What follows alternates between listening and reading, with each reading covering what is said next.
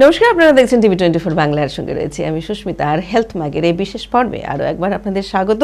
আর আমার সাথে স্টুডিওতে এই মুহূর্তে রয়েছে ডক্টর প্রসূন সান্যাল, যিনি MBBS, MS DNB, MNAMS, FNB orthopaedic specialist, যাকে আমরা এই মুহূর্তে শহরের বহরমপুর শহরেই পেয়ে যাচ্ছি বর্তমানে অ্যাডভান্স রেডিকেয়ার ডায়াগনস্টিক সেন্টার। ঠিক বললাম তো? একদম। নমস্কার ডাক্তারবাবু, আপনাকে স্বাগত, আপনাকে আজকে আমাদের সাথে এই অনুষ্ঠানের এই বিশেষ পর্বে। শুরুতে যেমন বললাম যে অর্থোপেডিক্স, তো অর্থোপেডিক্স মানেই যে এই মুহূর্তে আমরা যে ভুরি ভুরি সমস্যার মধ্যে দিয়ে ভুগছি, তার মধ্যে একটি অন্যতম সমস্যা হচ্ছে হাঁটু রিলেটেড সমস্যা। সেই নিয়েই আমি আজকে আমাদের প্রথম প্রশ্ন করব যে নি আর্থ্রাইটিস এটা কি আমাদের দর্শক বন্ধুদের একটু জানান। নি আর্থ্রাইটিস আসলে আমাদের হাঁটুতে যে কার্টিলেজ থাকে, বয়সজনিত কারণে সেই কার্টিলেজের ক্ষয় হয়ে যায়। তো যদি খুব সংক্ষেপে বলা যায়, সেই হাঁটুর কার্টিলেজের ক্ষয় হয়ে যাওয়াটাকেই নি আর্থ্রাইটিস বলে। আচ্ছা। তো এটাকে আমরা তিনভাবে ভাগ করতে পারি, যেটাকে আমরা সাধারণত বলি অস্টিও আর্থ্রাইটিস, যেটা সবচেয়ে বেশি কমন, যেটাতে আমাদের বয়সজনিত কারণে আমাদের হাঁটুর যে কার্টিলেজ থাকে সেটা ক্ষয়ে গিয়ে হাড়ের সাথে হাড়ের ঘষা লাগে। এবং এছাড়াও রেয়ারলি কিছু কিছু পেশেন্টস থাকেন যাদের রিউমাটয়েড আর্থ্রাইটিস থাকে, এবং যাদের হয়তো পায়ের হাঁটুতে আগে কোনো অপারেশন হয়েছে, সেক্ষেত্রে তাদের আর্টিকুলার কার্টিলেজের ডিফেক্ট থাকে। সেই ক্ষেত্রে সেই সব পেশেন্টসদেরও আর্থ্রাইটিস ডেভেলপ করার চান্স থাকে। আচ্ছা, এর কি কোনো নির্দিষ্ট বয়স রয়েছে? নির্দিষ্ট বয়স কিছু নেই, তবে আমাদের বেশিরভাগ ক্ষেত্রে দেখা যায় যে মহিলাদের মোটামুটি 40-এর পর থেকে এবং পুরুষদের মোটামুটি 50-এর পর থেকে এই রোগের লক্ষণগুলি দেখা যায়। আচ্ছা। আর এই রোগের লক্ষণ যখন আপনি বললেন যে এই রোগের লক্ষণগুলো কী কী? রোগের লক্ষণ একদম প্রাথমিক স্তরে যখন আপনার রোগটি হচ্ছে, তখন আপনাকে লক্ষ্য রাখতে হবে আপনার হাঁটুর ভিতরের দিকে ওখানে কোনো জায়গায় ব্যথা হচ্ছে কিনা, হাঁটু আপনার ভাঁজ করতে বা সোজা করতে কোনো সমস্যা হচ্ছে কিনা। কখনো কখনো হাঁটু ফুলে যায়, হাঁটুতে ফ্লুইড জমে হাঁটু ফুলে যায়। এবং বিশেষ করে আপনি ইন্ডিয়ান ল্যাট্রিন ইউজ করা বা কোমোড নয়, ইন্ডিয়ান ল্যাট্রিন ইউজ করতে সমস্যা হচ্ছে কিনা, সিঁড়ি দিয়ে উঠতে সমস্যা হচ্ছে কিনা, বাবু হয়ে বসতে অসুবিধা হচ্ছে কিনা। মানে যে কোনো অ্যাক্টিভিটি যেটাতে ডিপ নি ফ্লেকশন, মানে হাঁটুর যে ভাঁজ সেটা যদি 130 থেকে 140 ডিগ্রির উপরে যায়, সেই পজিশনই আপনার ব্যথাটা বেশি হবে। নর্মালি আপনি যদি টেবিল চেয়ারে বসে থাকেন সেক্ষেত্রে আপনার ব্যথা হবে না। কিন্তু যখন আপনি ডিপ নি ফ্লেকশন অ্যাক্টিভিটিস করছেন, যেখানে আপনার হাঁটু 130-140 ডিগ্রির বেশি ভাঁজ হচ্ছে, তখনই আপনার ব্যথাটা বেশি হবে। এবং অ্যাডভান্স স্টেজে আমরা দেখি পেশেন্টদের যারা প্রথম দিকে এই লক্ষণগুলোকে তারা একদম নেগলেক্ট করেন, ডাক্তারের কাছে যান না, নিজে থেকে ওষুধ খেয়ে নেন। পরবর্তীকালে দেখা যায় তাদের হাঁটু আস্তে আস্তে ভিতর দিকে বেঁকে গেছে এবং হাঁটু সোজা হচ্ছে না পুরোপুরি। এটা অ্যাডভান্স রোগে এই লক্ষণগুলি দেখা যায়। আপনি অ্যাডভান্সের স্টেজের এই কথাগুলো বললেন যে এই অ্যাডভান্স স্টেজে কি ওষুধের মাধ্যমে এই চিকিৎসা সম্ভব? না, আমাদের যে আর্থ্রাইটিস আছে হাঁটুর, সেটাকে আমরা একটা ক্লাসিফিকেশন সিস্টেম করি, কেলগ্রেন লরেন্স। এতে স্টেজ 1 আর স্টেজ 2 এই দুটো স্টেজ আমরা ওষুধের মাধ্যমে চিকিৎসা করতে পারি, যাতে হাঁটুর যে কার্টিলেজ আছে সেটাকে আমরা কিছুটা হলেও রিগ্রো করতে পারি। কিন্তু একবার যখন সেটা স্টেজ 3 বা স্টেজ 4-এ চলে গেছে, যখন হাঁটুর কার্টিলেজ পুরোপুরি ক্ষয়ে গেছে, যেখানে বোন অন বোন ইভারনেশন হচ্ছে, সেক্ষেত্রে আর অপারেশন ছাড়া আপনার ওষুধ দিয়ে সেটাকে রিভার্স করা সম্ভব হয় না। আমরা দেখি যে ভারতীয় যে আমাদের টেন্ডেন্সি রয়েছে, সেক্ষেত্রে মহিলারা 40, পুরুষেরা 50, এই একটা এজের পর থেকে এই সমস্যাগুলো ভীষণভাবে ফেস করতে হয়। তো সেক্ষেত্রে কি কি করণীয়? প্রথমে যে জিনিসটা সবচেয়ে বেশি প্রভাবিত করে আমাদের হাঁটুর আর্থ্রাইটিসকে, সেটা হচ্ছে ওবেসিটি বা স্থূলতা। ধরুন আপনার ওজন, কোনো পেশেন্টের ওজন 80 কিলো, তো প্রত্যেক হাঁটুতে তার 40 কিলো করে ওজন লোড ট্রান্সফার হচ্ছে। কারো ক্ষেত্রে যদি সেটা 60 কিলো হয়, তাহলে 30 কিলো করে ওজন ট্রান্সফার হচ্ছে। তো ন্যাচারালি যার ওজনটা কম, তার ক্ষেত্রে হাঁটুর আর্থ্রাইটিস হওয়ার প্রবাবিলিটি কম। সেকেন্ড হচ্ছে আমাদের মাসল স্ট্রেংথ কীরকম আছে। মোটামুটি আপনি যদি 40-এর পর থেকে রেগুলার বেসিসে কোয়াড্রিসেপস বা হ্যামস্ট্রিংয়ের স্ট্রেংথেনিং এক্সারসাইজগুলো করেন, তাহলে এই মাসেলের প্রোটেক্টিভ অ্যাকশনের জন্য আর্থ্রাইটিসটার প্রবণতা কিছুটা কম থাকে। এবং আমাদেরকে যেটা অ্যাক্টিভিটি, যেগুলো ডিপ নি ফ্লেকশন, সেগুলো যদি আমরা অ্যাভয়েড করি, যেগুলো আমি আগেও বলেছি, যেরকম হাঁটু বাবু হয়ে বসা, কোমোডে ইউজ করা, এবং হচ্ছে গিয়ে আপনার সিঁড়ি দিয়ে ওঠানামা করা, এগুলো যদি একটু নিয়ন্ত্রণে রাখা যায়, তাহলে আমাদের হাঁটুর যে কার্টিলেজের যে ডিজেনারেশনটা হয়, সেটাকে কিছুটা অবধি আমরা প্রভাবিত করতে পারি। যেটা আমরা করতে পারি না, অনেক পেশেন্টসেরই জেনেটিক ইনফ্লুয়েন্স থাকে, যাদের বাবা মায়ের হয়তো আর্থ্রাইটিস আছে, তাদের হয়তো আর্থ্রাইটিস হওয়ার প্রবণতা অনেকটাই বেশি থাকে, সেগুলোকে আমরা কিছু করতে পারি না। আর আমাদের ডায়েটের মধ্যে আমরা যদি ক্যালসিয়াম ভিটামিন ডি সাপ্লিমেন্টেশন নিতে পারি, বরাবর নেওয়া যায়, সেক্ষেত্রে আমাদের হাড়ের যে ঘনত্ব থাকে অস্টিওপোরোসিস সেটা প্রিভেন্টেড হয় এবং সেটা কিছুটা হলেও আপনার আর্থ্রাইটিসকে প্রিভেন্ট করার চেষ্টা করে। কিন্তু বেশিরভাগ ক্ষেত্রে আমরা বলবো, মানে বেসিক্যালি আমি বলবো যে ওজন কমানোটা খুব প্রয়োজন।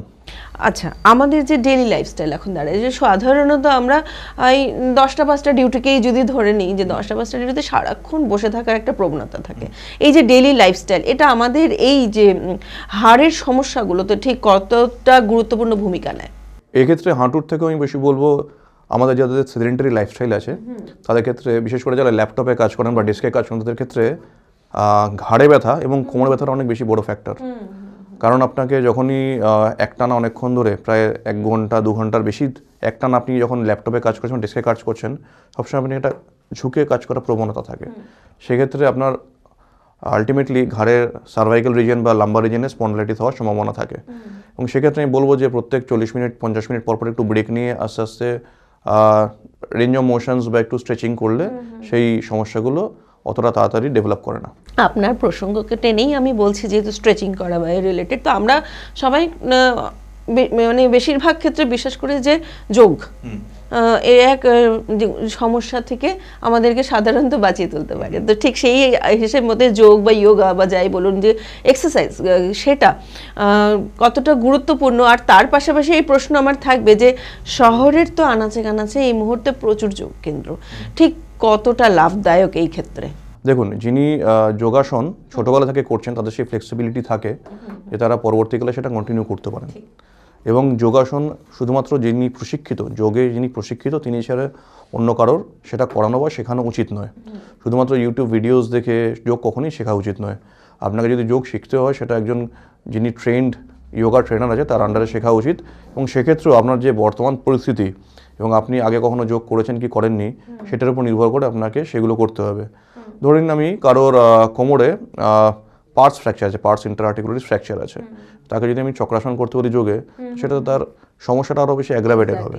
তো সেই কারণে, বা ধরুন কারো অলরেডি স্টেজ 4 আর্থ্রাইটিস আছে, তাকে যদি আমি এখন বজ্রাসন করতে বলি বা অন্য কোনো আসন করতে, এখানে ডিপ ফ্লেকশন হবে, সেখানে তার মানে আপনার কথা অনুযায়ী যে রোগী বুঝে যোগ, একদম, এবং রোগী বুঝে যোগ, এবং শুধুমাত্র একটা গিমিকের উপর ভর করে সবাই যোগ করছে বলে আমাকে যোগ করতে হবে। আমরা সাধারণত যেটা দেখি যোগ কেন্দ্রগুলোতে, আমরা সবাই লাইন দিয়ে দাঁড়িয়ে রয়েছি আর আমরা প্রত্যেকেই একই আসন করছি না, এটা কাস্টমাইজ হওয়া দরকার। যার যে ধরনের সমস্যা সেই অনুসারে তার করা উচিত। এবং অবশ্যই প্রত্যেকের ব্যক্তিগতভাবে যে পরিস্থিতি আছে সেই অনুসারে তার বিশেষ কিছু যোগ করা উচিত এবং বিশেষ কিছু যোগ করা উচিত নয়। সেটা যিনি প্রশিক্ষিত যোগা ট্রেনার তিনি নিশ্চয়ই বুঝবেন। এবং সেক্ষেত্রে যদি কোনো কোয়েরি থাকে আপনি আপনার অর্থোপেডিক সার্জনকেও জিজ্ঞেস করতে পারেন। সার্জনের কথা এলাম যখন, সেক্ষেত্রে তাহলে পরবর্তী প্রশ্ন এরকম আসি যে প্রত্যেকটি যে আমাদের সমস্যা হাঁটুর, সেই সমস্যার কি প্রত্যেকটি সমস্যার কি একটি সমাধান অস্ত্রোপচার? না, আমি আগেও বলেছি ইনিশিয়াল স্টেজ যেগুলো থাকে, স্টেজ 1 বা স্টেজ 2, সেক্ষেত্রে আপনার অস্ত্রোপচারের কোনো প্রয়োজন পড়ে না। যতক্ষণ অবধি পেশেন্ট বা রুগী নিজে স্বাভাবিকভাবে হাঁটতে পারছেন, তার হাঁটু ঠিকমতোভাবে ভাঁজ করতে পারছেন, তার দৈনন্দিন যে অ্যাক্টিভিটি, যেগুলোকে আমরা অ্যাক্টিভিটিস অফ ডেইলি লাইফ বলি, সেগুলো যতদিন অবধি উনি স্বচ্ছন্দে করতে পারছেন, সেক্ষেত্রে তার অস্ত্রোপচারের কোনো প্রয়োজন নেই। সেটা তখনই দরকার যখন উনি দেখছেন যে ব্যথাটা সবসময় থেকেই যাচ্ছে, হাঁটু উনি ভাঁজ করতে পারছেন না, যদি সামনে দাঁড়ান আয়নার দেখছেন যে হাঁটু আস্তে আস্তে ভিতরের দিকে বেঁকে যাচ্ছে বা বাইরের দিকে বেঁকে যাচ্ছে, সিঁড়ি দিয়ে উঠতে গেলে কষ্ট হচ্ছে, সামান্য 10 মিনিট 15 মিনিট হাঁটতে গেলে আপনার ব্যথা হচ্ছে, বসতে হচ্ছে, এই লক্ষণগুলো আপনাকে সিগন্যাল দেয় যে এবার আপনার হাঁটু আর্থ্রাইটিস অ্যাডভান্স স্টেজে চলে গেছে এবং সেক্ষেত্রে অস্ত্রোপচারটা একটা জরুরি পদক্ষেপ। অস্ত্রোপচার ছাড়াও আমরা যে দেখি যে অনেক সময় ফিজিওথেরাপিতে অনেকটা লাভদায়ক, কিন্তু সঠিক ফিজিওথেরাপি, যেমন আপনি যোগের কথা বললেন, ঠিক একই রকমভাবে যদি সঠিকভাবে ফিজিওথেরাপি না করা হয়, সেটা ঠিক কতখানি আমাদের জন্য ক্ষতিকারক? ফিজিওথেরাপির রোল আর্থ্রাইটিসের 2 জায়গায় আছে। একটা হচ্ছে যদি আমরা অপারেশন না করি আর যদি আমরা অপারেশন করি। যদি আমরা অপারেশন না করি সেক্ষেত্রে স্টেজ 1 বা স্টেজ 2 এবং কোনো কোনো পেশেন্টের ক্ষেত্রে স্টেজ 3-তে ফিজিওথেরাপির একটা রোল যেটা থাকে সেটা হচ্ছে আমরা পেশেন্টদেরকে স্ট্রেংথেনিং এক্সারসাইজ করাই, কোয়াড্রিসেপস, হ্যামস্ট্রিং, ভিএমও স্ট্রেংথেনিং করাই। সেক্ষেত্রে সেই জয়েন্টের স্ট্রেংথেনিংয়ের জন্য কিছুটা প্রোটেক্টিভ এফেক্ট ওটা দেয়। এছাড়া ফিজিওথেরাপি লোকেরা আপনার আল্ট্রাসাউন্ড থেরাপি, আইএফটি থেরাপি, এই থেরাপির মাধ্যমে হাঁটুতে যে ব্যথাটা আছে সেটা কিছুটা সাময়িক উপশম করে দেন, সেটা পেশেন্টদের ক্ষেত্রে অনেক সময় খুব বেনিফিশিয়াল হয়। এবং অপারেশনের পরে অবশ্যই নি রিপ্লেসমেন্ট অপারেশনের পরে 1 থেকে 1.5 মাস একজন ট্রেন্ড ফিজিওথেরাপিস্ট আন্ডারে ফিজিওথেরাপি করা উচিত, যেখানে উনি আস্তে আস্তে muscle strengthening, range of motion এক্সারসাইজগুলো করবেন। কিন্তু ফিজিওথেরাপির যোগের মতোই ফিজিওথেরাপির ক্ষেত্রেও কোয়ালিফাইড যিনি ফিজিওথেরাপিস্ট আছেন, যার বিপিটি, ডিপিটি বা এমপিটি কোয়ালিফিকেশনস আছে, এরকম কারো কাছে ফিজিওথেরাপি করানো উচিত। জাস্ট এই ব্যাঙের ছাতার মতো গজিয়ে ওঠা ফিজিওথেরাপি সেন্টারের কাছে করানো উচিত নয়। যেরকম আপনি ডাক্তার দেখাতে যাওয়ার আগে ডাক্তারের ডিগ্রি দেখেন, ফিজিওথেরাপি করতে যাওয়ার আগে তার ডিগ্রি এবং কোয়ালিফিকেশন জানা দরকার। যেমনটা বললেন যে আপনি যে ফিজিওথেরাপি দিয়ে কিছুটা ক্ষেত্রে আমাদের এই রোগের থেকে উপশম সম্ভব, আর কিছু ক্ষেত্রে অ্যাডভান্স স্টেজ হয়ে যাওয়ার পরে অস্ত্রোপচার একই রকমভাবে জরুরি। কিন্তু আমাদের একটা মেন্টালি একটা টেন্ডেন্সি বা একটা কোয়ারি থেকেই থাকে যে অস্ত্রোপচার, অপারেশন নাম ওটি, এই বিষয়গুলো নিয়ে একটা ভয় থাকে। ঠিক কতটা সেফ? সেফের থেকেও বেশি বলবো কতটা সাকসেসফুল হয়। আমাদের যে ডেটাবেস আছে তাতে দেখা যায় যে ভারতবর্ষে এখন প্রায় বছরে 2.5 লাখ নি রিপ্লেসমেন্ট অপারেশন হয়। আচ্ছা। তো 90 to 95% পেশেন্টসের ক্ষেত্রে এটা সফল হয়। আচ্ছা। তো এটা ফেনোমেনাল সাকসেস রেট। এবং সেফ যেটা আপনি বলতে চাইছেন, সেফটিকে দুটো প্যারামিটার দেখা যায়। একটা হচ্ছে কমপ্লিকেশনস আছে কিনা, সেকেন্ড হচ্ছে পার্শ্ব প্রতিক্রিয়া আছে কিনা, এবং সেকেন্ড হচ্ছে পেশেন্টের কোনো প্রাণহানির আশঙ্কা আছে কিনা। তো নি রিপ্লেসমেন্টের ক্ষেত্রে প্রাণহানির আশঙ্কা অত্যন্ত কম, হয়তো 0.5%-এরও কম হবে। কমপ্লিকেশনসের সম্ভাবনা থাকে 5 থেকে 7% পেশেন্টসের ক্ষেত্রে কমপ্লিকেশনস হতে পারে, কিন্তু সেটা যদি আপনি সাধারণ পপুলেশনের ক্ষেত্রে দেখেন এটা খুব নমিনাল, এবং সেই কমপ্লিকেশনসগুলোকে ভালোভাবে ম্যানেজ করা যায়। আচ্ছা, ঠিক এরই পাশাপাশি তাহলে একইভাবে প্রশ্ন হয়ে যায় যে কমপ্লিকেশনের কথা বলেন, প্রথমবার অস্ত্রোপচারের পরে দ্বিতীয়বারের সম্ভাবনা কি থাকে যে আবার রিপিট অস্ত্রোপচার করা যেতে পারে? হাঁটুতে আর্থ্রাইটিসের আমরা যে ইমপ্লান্ট ইউজ করি, সাধারণত আমরা বিদেশি ইমপ্লান্ট ইউজ করি, কারণ সেগুলো হচ্ছে টাইম টেস্টেড, তাদের সার্ভাইভারশিপ আছে, মানে সেই যন্ত্রগুলো কতদিন অবধি চলতে পারে। বেশিরভাগ ক্ষেত্রে আমরা যে ইমপ্লান্টস ইউজ করি সেগুলোর সার্ভাইভারশিপ প্রায় 12 থেকে 15 বছর, কিছু কিছু ক্ষেত্রে 20 বছর। তো যদি কেউ 60 বছর বয়সে অপারেশন করান, তাহলে এক্সপেক্টেড তিনি যদি 80 বছর বয়স অবধি বেঁচে থাকেন, তাহলে তারা দ্বিতীয় অস্ত্রোপচারের কোনো সম্ভাবনা থাকছে না। যদি কারো খুব অল্প বয়সে অপারেশন করতে হয়, যেরকম ধরুন 40 বছর বয়সে বা 50 বছর বয়সে অপারেশন করতে হয়, তো সেক্ষেত্রে অনেক ক্ষেত্রেই হয়, যেরকম ধরুন রিউমাটয়েড আর্থ্রাইটিস বা পোস্ট ট্রমাটিক আর্থ্রাইটিস, সেক্ষেত্রে যেহেতু আমাদের ডকুমেন্টেড সার্ভাইভারশিপ মোটামুটি 15 থেকে 20 বছর, এবং এখন যেহেতু চিকিৎসা বিজ্ঞানের অনেক আধুনিক হয়েছে, তো মানুষেরা অনেক সময় 80 বছর বা 85 বছর বা 90 বছর অবধি বেঁচে থাকেন। তো সেক্ষেত্রে যদি প্রয়োজন হয়, মানে যদি ইমপ্ল্যান্টে সার্ভাইভারশিপের কোনো সমস্যা দেখা যায়, সেক্ষেত্রে হয়তো কিছু ক্ষেত্রে রিভিশন সার্জারি করা দরকার পড়তে পারে, কিন্তু সেটা খুব স্মল ফ্র্যাকশন অফ পেশেন্টসদের ক্ষেত্রে। এই সার্জারিকে কন্টিনিউ রেখে মানে একটা প্রশ্ন যেন না করলেই হয় না, যে এখন প্রশাসনিক স্তরে আমরা একটা সুবিধা পেয়েছি স্বাস্থ্যসাথী কার্ড, আর ঠিক সেটার জন্যই এখন এই যে নি রিপ্লেসমেন্ট, এই অপারেশনটা অনেকাংশে বেড়ে গেছে। যেমন আপনার সমীক্ষা অনুযায়ী প্রায় 2.5 লাখ বছরে। তো দেখা যাচ্ছে যে শহরের আনাচে কানাচে প্রচুর বেসরকারি প্রতিষ্ঠান গড়ে উঠেছে, যেখানে শহরের কিছু ডক্টর বা কলকাতা থেকে ডক্টররা এসে এই অপারেশনগুলো করে যাচ্ছেন। এই বিষয়টা নিয়ে একটুখানি যদি আমাদের দর্শকদের সাথে ডিসকাস করেন। এটা একটা খুব ভালো প্রশ্ন করেছেন। এই বিষয়টাকে বলতে গেলে কিছু জিনিস আমাকে আগে বলতে হবে। প্রথম হচ্ছে অপারেশনের জন্য কি পরিকাঠামো দরকার। তো আপনি অপারেশন যদি নি রিপ্লেসমেন্ট একটা খুব sophisticated operation, it's a lifestyle modifying surgery. এটাতে আমাদের সবচেয়ে বেশি ঝুঁকি যেটা থাকে সেটা হচ্ছে ইনফেকশনের। যাতে ইনফেকশন না হয় তার জন্য আমরা সব রকমের প্রয়োজনীয় পদক্ষেপ নিই।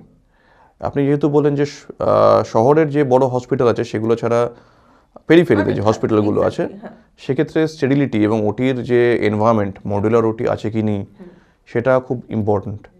তো এই পরিকাঠামো থাকা দরকার, যে মডুলার ওটি আছে সেখানকার ইনফেকশন কন্ট্রোল খুব ভালো, যে সার্জন করবেন তার আর্থোপ্লাস্টিতে যথেষ্ট দক্ষতা থাকা দরকার, কারণ এটা একটা খুব সুপার স্পেশালাইজেশন ডোমেনের মধ্যে পড়ে।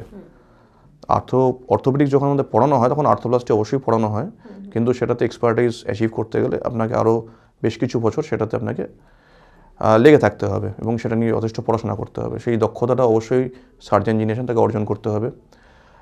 3 নম্বর বিষয় হচ্ছে কি ইমপ্লান্ট।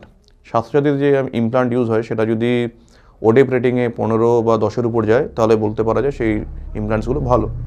ইন্ডিয়ান ইমপ্লান্টস যেগুলো আমাদের ব্যবহার করা হয় সেগুলোর এখন অবধি কোনো টাইম টেস্টেড ডকুমেন্টেড সার্ভাইভারশিপ নেই। তো সেক্ষেত্রে পেশেন্টদেরকে সচেতন থাকতে হবে তারা কোন ইমপ্লান্ট ইউজ করছেন।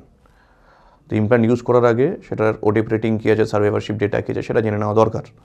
এবং চতুর্থ আমি বলবো ইনফেকশন কন্ট্রোলের জন্য আমরা ওটিতে অনেক স্টেপস নিই, যেমন হচ্ছে আমরা ড্রেপিং গাউন্স ইউজ করি, আমরা আয়োব্যান ইউজ করি, পালস লাভার সিস্টেম ইউজ করি। এই ধরনের জিনিসগুলো যিনি করছেন তিনি আপনার ওটিতে সেগুলোর ব্যবহার করছেন কি করছেন না সেটা খুব গুরুত্বপূর্ণ বিষয়। কেননা আমরা যে অপারেশন করছি সেটা একজন পেশেন্টের আগামী 15 বছর 20 বছর তিনি কীভাবে থাকবেন না থাকবেন সেটা নির্ভর করে। তো আমাদেরকে অ্যাবসলিউটলি শিওর হতে হবে আমরা যে অপারেশন করছি সেটা যেন আমরা মানে অ্যাবসলিউট স্কিল এবং অ্যাবসলিউট সেফটির সাথে এক্সিকিউট করতে পারি। এই যে এতগুলো প্রসেস বা এতগুলো বিষয় নিয়ে আমরা কথা বললাম, কিন্তু তার একটা মোক্ষম কথা থাকে যে আমাদের প্রত্যেক ঘরেই একটা করে যেন ডক্টর আছে। আমরা সাধারণত যে কোনো বিষয়কে খুব লাইটলি নিয়ে ফেলি। এখনই শুরুতে যেমন জ্বর হলেই বাড়িতে একটা করে প্যারাসিটামল খেয়ে ফেললাম, একটা মাথা ব্যথা করছে একটা সাইডেন নিয়ে নিলাম, ঠিক সেরকম ক্ষেত্রেই এরকম হাঁটু ব্যথা, কোমর ব্যথা বা হার্ট রিলেটেড যে কোনো ব্যথার ক্ষেত্রে বাড়ির ঘরোয়া টোটকা আমরা ইউজ করি, কিন্তু দেখা যায় যে উপশম হচ্ছে না। কোন স্টেজে আমাদের মনে হয় যেন আমাদের ডাক্তারের কাছে যাওয়া উচিতই উচিত? আমি শুধু হাঁটুর বিষয়টা বলছি আজকে। ধরুন আপনার যদি বয়স 40-এর উপরে থাকে, বিশেষ করে যদি 50-এর উপরে থাকে, কারণ এই বয়স থেকেই সাধারণত হাঁটুর আর্থ্রাইটিসের সমস্যাগুলো ডেভেলপ করে। তার আগে আমাদের খুব বেশি হাঁটুর সমস্যা ডেভেলপ করে না। তো মোটামুটি যদি এজ পার্সপেক্টিভে বলি সেটা 40 থেকে 50 এই এজ গ্রুপে আমাদের প্রবাবিলিটি বেশি আছে। সেকেন্ডলি আমি আগেও বলেছি সিমটমস কী কী থাকবে, যে উপসর্গ যেগুলো বলছেন আপনি, আপনার হাঁটুতে সবসময় ব্যথা হচ্ছে, সেই ব্যথাটার উপশম হচ্ছে না, আপনাকে সপ্তাহে প্রায় 4 দিন 5 দিন করে পেন কিলার ওষুধ খেতে হচ্ছে, রাত্রেবেলা তো আপনার ব্যথা থেকেই যাচ্ছে, আপনি সাধারণত আগে আজ থেকে 5 বছর 10 বছর আগে যতটা হাঁটতে পারেন ততটা হাঁটতে পারছেন না, সিঁড়ি দিয়ে সামান্য উঠতে গেলে আপনার হাঁটুতে ব্যথা হচ্ছে, আপনি যদি দেখেন ভালো করে আয়নার সামনে নিজেকে তাহলে হাঁটু আস্তে আস্তে বেঁকে যাচ্ছে। এই সমস্যাগুলো যদি থাকে, হাঁটু ফুলে যাচ্ছে, হাঁটুতে ফ্লুইড জমছে, এই সমস্যাগুলো যদি থাকে তাহলে অবশ্যই সময় নষ্ট না করে একজন অভিজ্ঞ অর্থোপেডিক সার্জনকে দেখানো উচিত। সমস্যায় কি কি হতে পারে, কি চিকিৎসা তার প্রয়োজন, সেই জন্য ডাক্তারবাবু আমাদের সাথে রয়েছেন বরাবরই। কিন্তু শেষে দর্শকদের ওভারঅল একটা যেমন এনকোয়ারি থেকেই থাকে, দর্শকদের উদ্দেশ্যে কি বলবেন যে কি ডেইলি লাইফস্টাইল বা কি টিপস আপনি দেবেন দর্শকদেরকে এই স্বাস্থ্য রিলেটেড? প্রথমেই দর্শকদেরকে যে আমি আগেও বলেছি যেটা সবার আগে দরকার সেটা স্থূলতা নিয়ন্ত্রণ। আজকালকাল আমাদের যে দৈনন্দিন জীবনযাত্রা তাতে আমাদের দেখতে পাচ্ছি আমাদের জাঙ্ক ফুড খাওয়ার কারণে, এক্সারসাইজ না করার কারণে আমাদের স্থূলতাটা খুব বেড়ে যাচ্ছে। তো যতটা আমরা ওজন কমাতে পারবো তত আমাদের হাঁটুর উপর চাপটা কম পড়বে।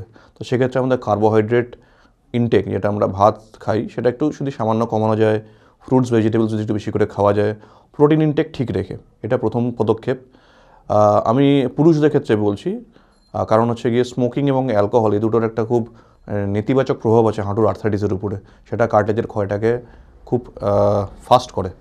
তো স্মোকিং এবং অ্যালকোহলটাকে যথাসম্ভব বন্ধ রাখা উচিত। মহিলাদের ক্ষেত্রে বলবো যারা খুব বেশি হাঁটু ভাঁজ করে কাজ করে তাদেরকে যতটা আপনি 40 বছর বয়সের পর থেকে যতটা আপনি হাঁটু ভাঁজ না করে কাজ করুন, বিশেষ করে ঘর মোছা, সেটা যদি করেন, সেটা আপনি ওই ঘর মোছাতে ওই ফ্লোর মপের দিয়ে যদি করতে পারেন সেটা আপনার হাঁটুটাকে অনেকটা প্রোটেক্ট করবে। এবং অবশ্যই যখনই আপনি দেখছেন যে আপনার এই সিমটমসগুলো হচ্ছে, যেগুলো আমি আগেও অনেকবার বলেছি, তখন অবশ্যই কোনো বিশেষজ্ঞ অর্থোপেডিক্স ডাক্তারকে আপনি পরামর্শ গ্রহণ করবেন। কারণ এগুলো যদি প্রথম স্টেজে ধরা পড়ে সেক্ষেত্রে আপনার হয়তো ওষুধ এবং ফিজিওথেরাপি করে অনেকটা নিরাময় সম্ভব। এবং অনেক পেশেন্টদের আমি দেখেছি যে যাদের ইনিশিয়াল স্টেজে ধরা পড়েছে তাদের ক্ষেত্রে অপারেশন পরবর্তীকালে লাগেনি।